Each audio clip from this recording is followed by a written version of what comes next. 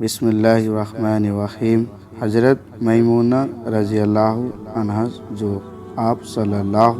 علیہ وسلم کی بیوی تھی، فرماتی ہے کہ میں نے نبی کریم صلی اللہ علیہ وسلم کے لیے غسل کا پانی ایک برتن میں رکھا تو آپ نے پہلے دائیں ہاتھ سے بائیں ہاتھ پر پانی ڈالا اور دونوں ہاتھ دھوئے، پھر اپنی شرمگاہ، خاص جگہ اور جسم پر لگی گندگی دھوئے، پھر اپنے ہاتھ کو زمین پر رگڑ کر اس سے مٹی سے ملا اور پانی سے اس کو دھویا، پھر کلی کی اور ناک میں پانی ڈالا، پھر اپنا منہ دھویا اور اپنے سر پر پانی بہایا، بالوں کی جڑوں تک پانی پہنچا کر پھر وہاں سے ایک طرف ہو کر دونوں پاؤں دھوئے، پھر تولیہ لایا گیا لیکن آپ نے اسے استعمال نہیں